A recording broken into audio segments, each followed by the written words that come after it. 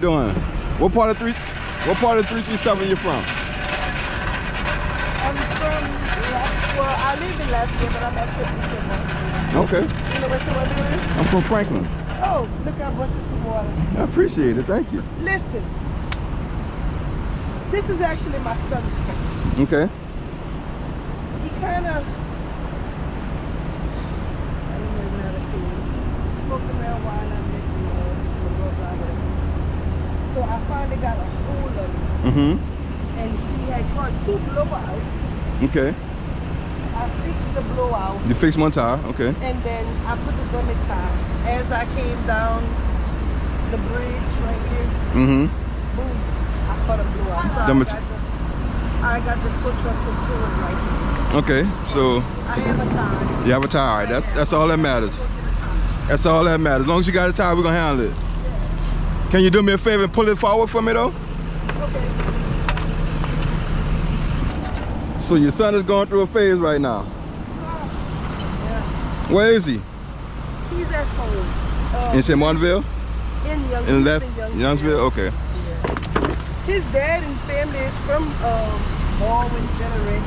Okay. Yeah, I guess that's what you want to call it. My son was killed in 23. So. You lost a son and you're dealing with issues with another son. I'm sorry to hear that. And I think that's mainly what triggered his issue. That tire's low as well. Yeah.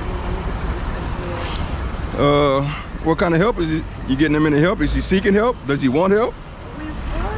Last year is when the incident first happened around October.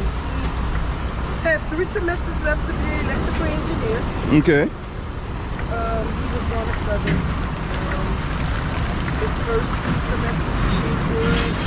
And when the peers from St. Martinville got there, but I can't even blame the kids because he's going through grieving. So instead of talk to us, I guess he figured. Tried to find an escape route. Correct. So he did the smoking. And all they did was give him a chemical imbalance. They caused him to have bipolar schizophrenia.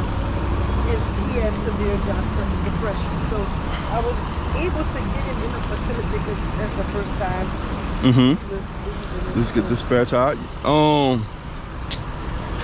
Only reason I'm asking is because I'm not gonna say I've been through that situation, but I've dealt with people that have been in that situation before. And the first thing is he gotta want the help for himself. He wanted the help on Saturday, but they refused to take him because he didn't want to kill himself and he didn't want to harm no one. So they don't take nobody just for marijuana substance abuse. Okay, so here's what I want you to do. The number that I call you off, give him my number and tell him to call me. Okay? Maybe I can talk to him. Cause like I said, I mean I haven't been in that situation, but I have people that I'm real close to that have been in that situation. And I used to be a weed smoker myself. Just recently quit. I mean, but like I said, I know the dangers it can cause, especially it's not for everybody. I was addicted to marijuana since I was 8 years old. So I've been smoking since I was 8 years old basically.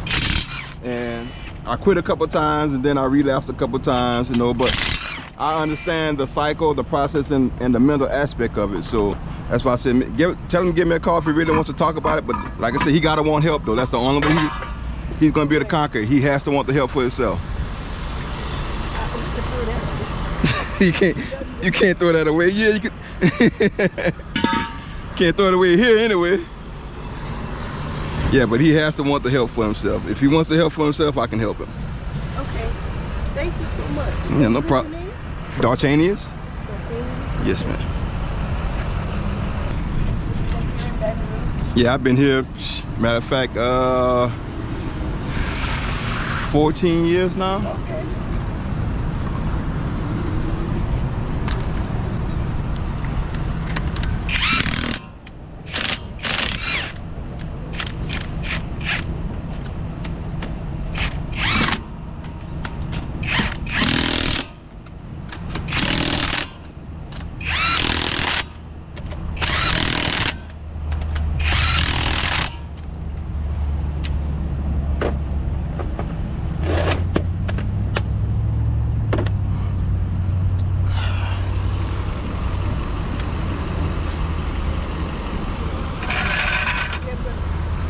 I'm gonna put some air in that back tire for you too as well, all right? Thank you. Mm-hmm.